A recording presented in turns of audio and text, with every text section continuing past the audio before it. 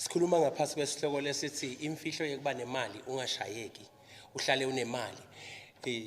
Ngicela lokho ukuthi ukulalele lokho ukunakisise kakhulu. Abantu abanyeni babhizi baqosha imali kodwa abayikhanzi.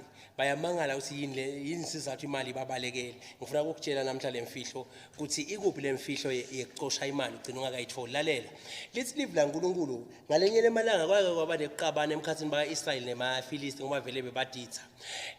Kunesikhathi lapho khona babeyisa khona ke bakaIsrael beyiswa ngilamaFilisti athatha nalomphongolo wesivumelana awuthumba ahamba nawo.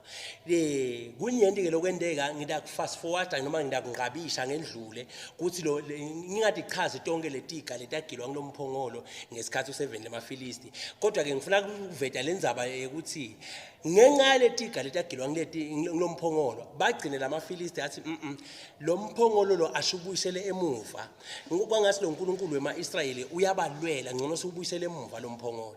Kepha ke bathi kuze sibe nesiqiniseko neassurance ukuthi ngempela ngilo uNkulunkulu wemaIsrayeli benda so babamba tinkomati letsanza kudala batihlukanisa nalamathole ato yaphakatha lemibele yato imibele yathi yaphakatha ukuthi sethifuna kumunyisa base bayatikhulula empeleni batibophela inqola yalomphongolo inqola lethwele lelibhokisi lemphongolo base bayatikhulula bathi dingabhonsa tibele matholeni tiyomunyisa hayi khona akusuye kodwa dingaqonza eBethshemeshi dingaqonza kaIsrayeli kutabe shothi nguye lo simakathe kuyavakala lithi ke live la uNkulunkulu nembala bakwenda lokho ke batibophela daphakatha batikhulula bathi nabatikhulula davele nje dagwaza indlela dabamba indlela dashona kuphi eBethshemeshi nemphongolo dahamba dibhonsa yonke lendlela dibhonsa yonke lendlela dawufika kuphi etsheni lekusila kuyavakala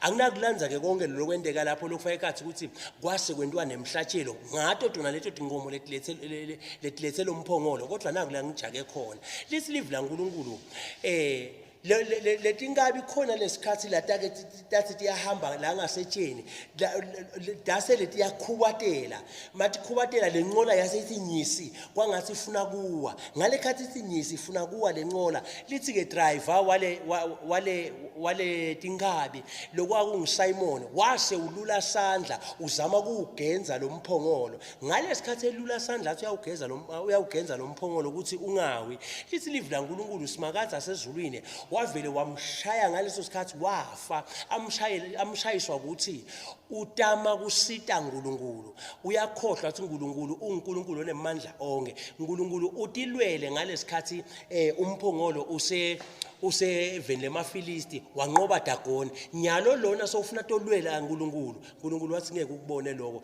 ngiNkulunkulu wemandla onke wamshaya wafa lokumshaya kwakhe afeke kwenda ukuthi bonke baIsrayeli bese bayithuka bayushaba lomphongolo ninkosi Davide lapho lebe ngoba lomphongolo befanele uye eJerusalem yathi inkosi Davide ayikhona ungasalethwa uyabulalana lomphongolo ungasalethwa kimi netikulupati takhe tikhulu taDavide tonke nato dala tathi ungasalethwa nama ngofuni nalo wathi hayi nama ungalethwa kimi kwaseke kufostelwa luphuya lolungu Obed Edom lwafostelwa ngenkandla nikwa lomphongolo kuthiwa ngcono sinike lona na ubulala utafika ubulale loluphuya sitawuphindze siuqoqomise sifune lolunye luphuya siunike loluphuya kuyavakala lithi ke lelive kaNkulunkulu wanikwa ngenkani ke lomphongolo ngoba abonakala aliphuya kanti Obed Edom uphuyile physical spiritual uqebile udzinga nje le spiritual connectivity lento letamconnecta ngekwesimoya imconnect nalengcebo yakhe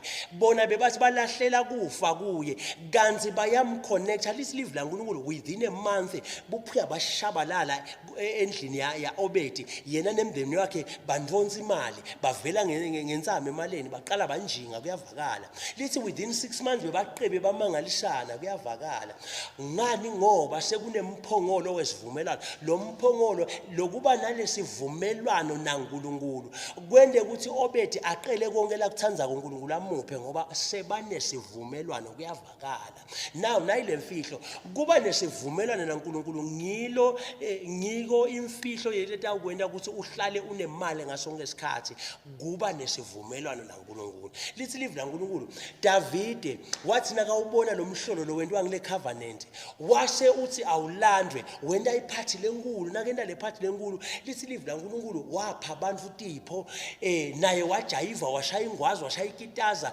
washaya tonke titayela temjayivo. Lithi wajayiva kwaze kwadzilika timpahla tawaphasa, ajabulela ukuthi umphongolo wesivumelwano lona lonjingise obethi Idom namhla sowutakakhe utonjingisa yena kuyavakala.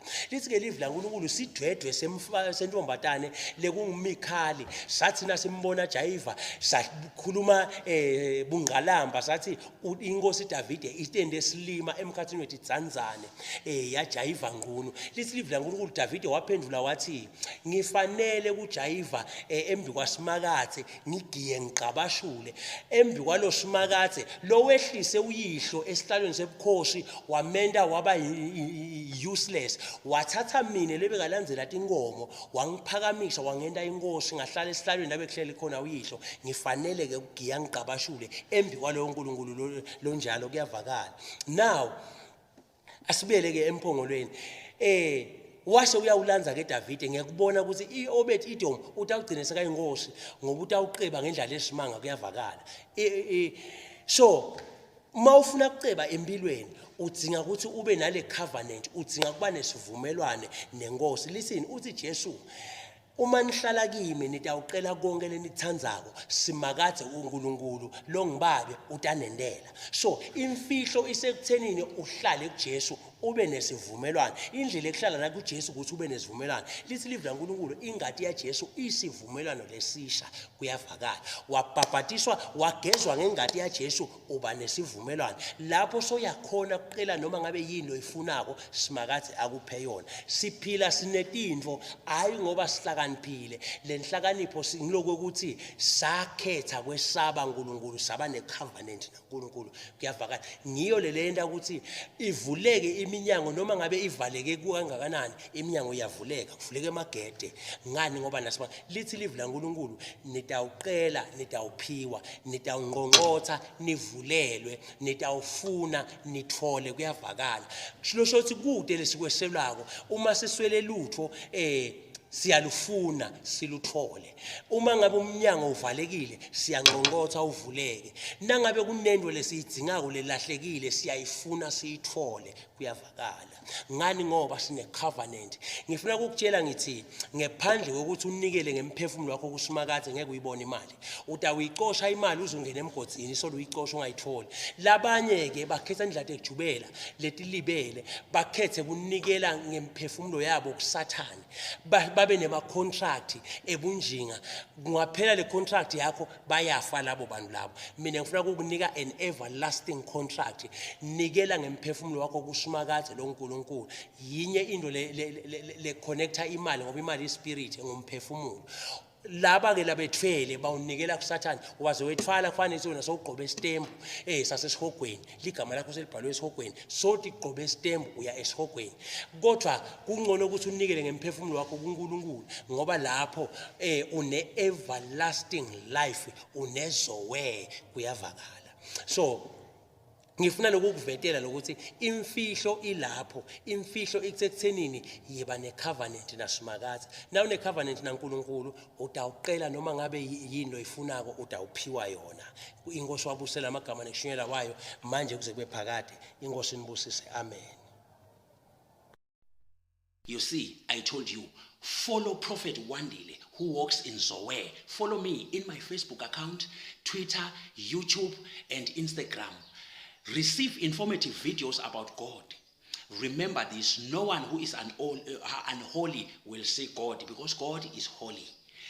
The worship of ancestral spirits, emadloti, is a worship of Satan in disguise. Umbuso welizulu uyaphangwa, uyahlwithwa, nawe uhlwithe, nawe uphange.